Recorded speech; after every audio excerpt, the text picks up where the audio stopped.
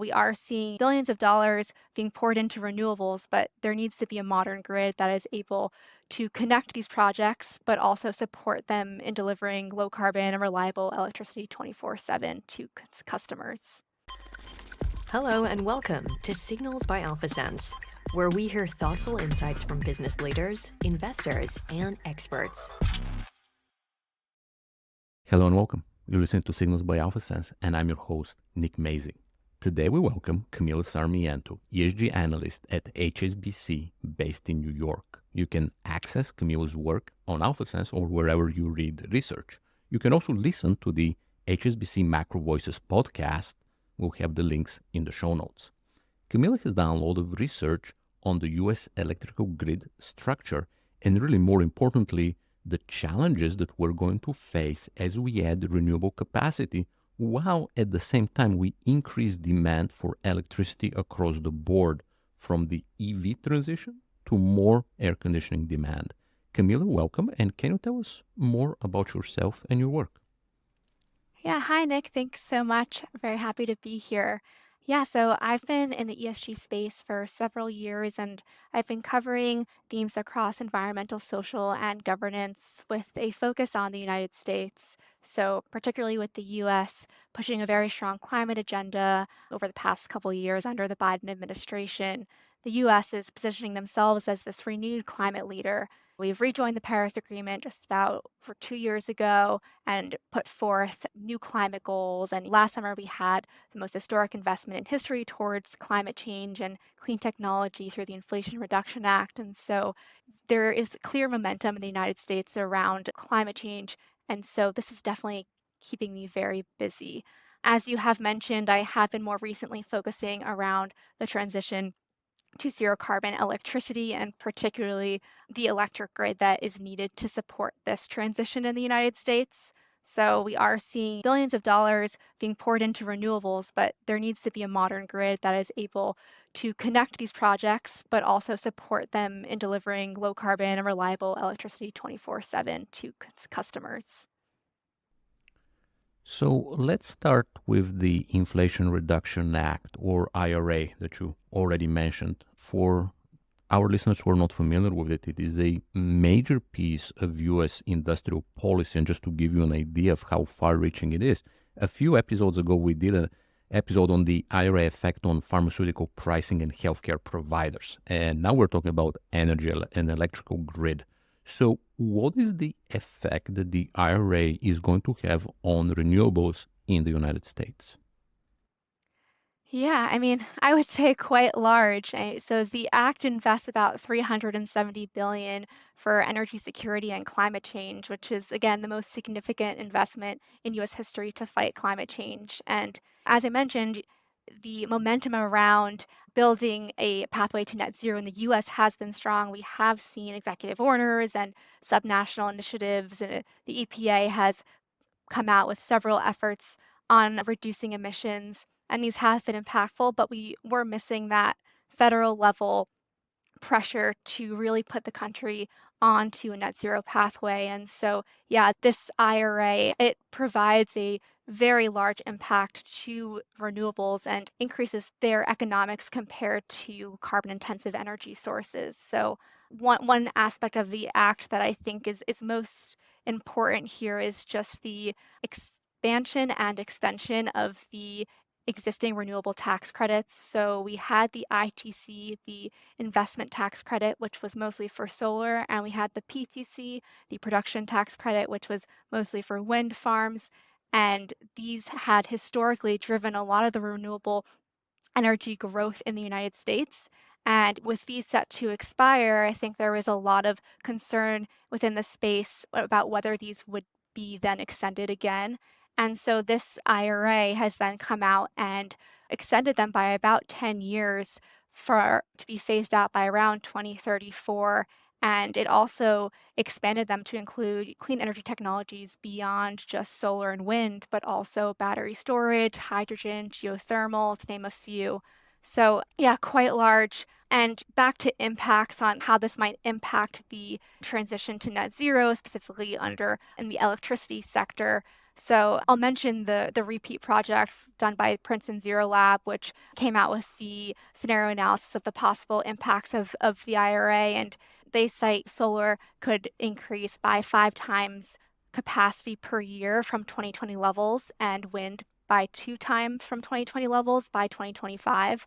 And this can reduce the remaining emissions gap that we would need for our 2030 target by about 2/3. So definitely putting the United States much closer to reaching its climate goals. And we are already seeing the impacts from the IRA. We are seeing the significant amount of investments in renewables that have been made into the United States since, and the amount of renewable products that are entering interconnection queues and that want to be connected to the grid has really exploded over the past year. And you've taken this a bit further. You have a great report that came out in April where you look at the interplay between the renewables push, the energy transition push versus the grid. And before we discuss the issues and solutions that you have in the report, let's go over the grid basics. I mean, I don't know if people know, there is no national grid in the United States to speak of. Yeah, definitely. So the US grid is quite unique in what you said. It's fragmented into three main interconnections, to be put simply. So you have the Eastern interconnection, the Western interconnection, and then you have ERCOT, which is the third interconnection, which pretty much encapsulates all of the state of Texas. And these interconnections, they all function predominantly independent from one another. So they each have their own utilities, which are tied together by their own transmission and distribution lines. Now, within these three interconnections, there are also 66 balancing authorities, we'll call them, and they include both independent utilities, but also independent system operators, which is kind of these governing bodies of groups of utilities that are kind of governed in one little one area. So within these three interconnections, there's actually 66 balancing authorities, and these balancing authorities, they encapsulate both the independent utilities, but also these independent system operators, which are these governing bodies of groups of utilities. And these different balancing authorities work together to balance electricity supply and demand in their regions at all time. So we've got interconnections, balancing authorities. At the same time, we also have our Federal Energy Regulatory Commission, FERC, which regulates the intrastate transmission of electricity and also oversees the reliability of the grid. So, right, that's that federal level regulatory body. At the same time, we also have influences from the state and local regulatory bodies. So, states and local governments have authority over siting and permitting of power generation and transmission. And they also are setting different energy policies. Something that might sound familiar are renewable portfolio standards, where states have come about saying and putting forth specific goals for how they want their energy sources, where they want their generation to come from. So you're having kind of all these influences that are impacting the grid specifically. And so to get one project approved, especially if it's crossing state borders or different regional balancing authorities and different interconnections, it's involving many different regulatory bodies, and you end up having several different people who are having a say in whether this project's going to get passed. And so the ability to make changes to the grid is quite complicated. So you outline a number of existing challenges with the grid and kind of looking forward a few years into the future. So what are the main challenges that you see right now?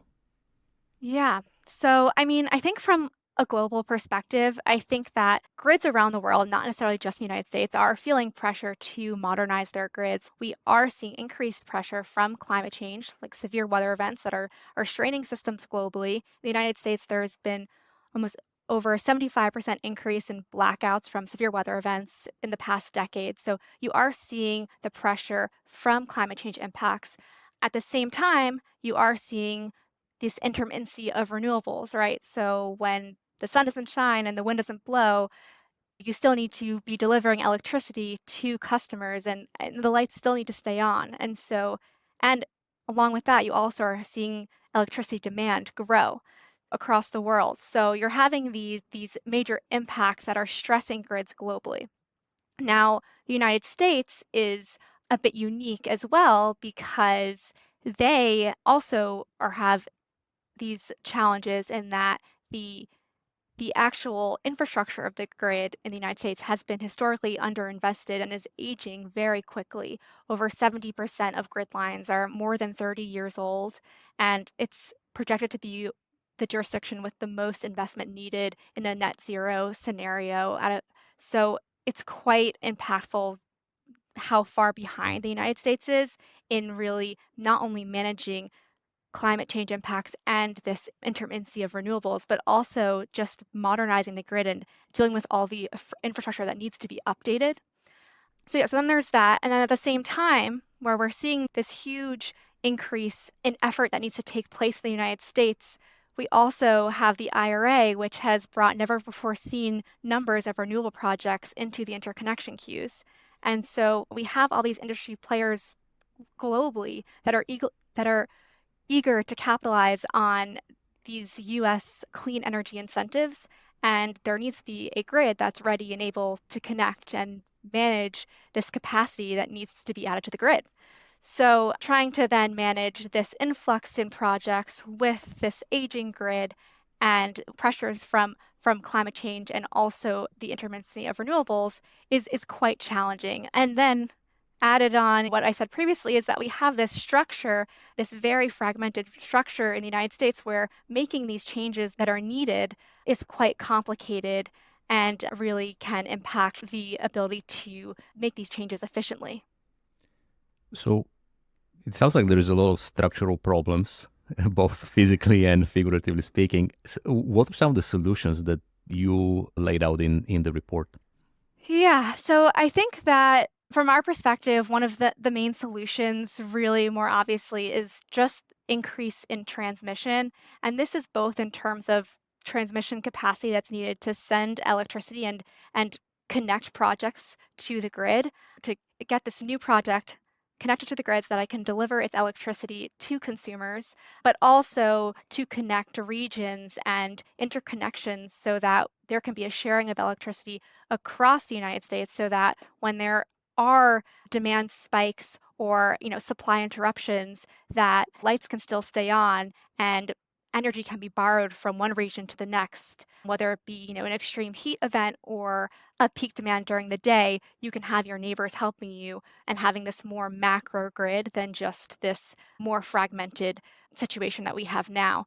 And I think I like to think about this in terms of transmission lines being roads. And so when you have a road and you're connecting from point A to point B and you're in a car, that's fine. You can get to there and perhaps it's quickly. But now you start adding more cars into the road. And now you're seeing that moving from point A to B becomes much more challenging, right? The roads are getting quite congested. And so the ability to get from point A to point B ends up being quite slow. And that's kind of what we're seeing with the transmission that's currently in the United States, where during these peak electricity demands or rush hour, you're finding the shortages in transmission capacity. And so utilities are struggling to deliver low cost electricity to customers.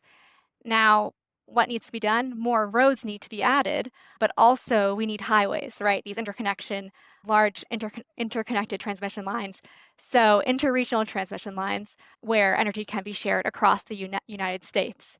And so, yeah, that would be kind of the main area. Now, how does this happen? How do we get all this built? And that's kind of the real challenge here in the United States is that our current system, or I guess our the history of how our grid was built was large sources of energy, right, being transmitted to customers. So a small number of large energy sources. And now what we have is we have smaller energy sources and many of them, and how we connect them to the grid to meet customers. So that means that we have to build out transmission more quickly, but we also need to have the administrative processes in place to handle the amount of projects that are being added to the interconnection queue and dealing with all the permitting processes and just administrative work to actually get those projects operational more quickly. And I think kind of streamlining that process is really important.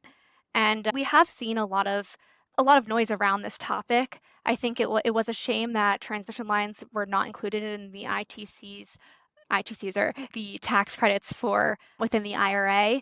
but we did see both permitting and transmission being included in debt ceiling negotiations. So that was positive, but still there's a lot of talk around transmission, but how we're actually going to move forward with it will be pretty interesting. We also have the FERC, they also have come out with their proposal for how to redesign their transmission processes. And we are seeing a lot of balancing authorities also talk about how they can better share resources between their neighbors. But again, there's studies being done. Seeing that benefit, I think, is really what's going to drive this. And it's definitely lacking at the federal level to really bring this about more quickly. Camila, thank you for joining us. Thanks so much. Today we spoke with Camila Sarmiento, ESG analyst at HSBC in New York. We discussed the Inflation Reduction Act, how it affects renewables and the US grid by extension. Certainly a lot of challenges that are coming up. We also discussed some potential solutions. If you liked what Camila said, you can find her in AlphaSense, her research, or you can listen to her on the HSBC Macro Voices podcast on Spotify, Apple, and we'll have the links in the show notes. This was another episode of Signals by AlphaSense. My name is Nick Mazing. You can find us on all the major platforms. Thank you for watching or listening. Thank you for joining us. This was another episode of Signals by AlphaSense. Keep in mind that all views presented here are the views of the guests and hosts and do not represent the views of their employers or of AlphaSense. Nothing in this podcast constitutes investing, tax, legal, or medical advice. If you enjoyed this episode, leave us a rating and review, and subscribe for more.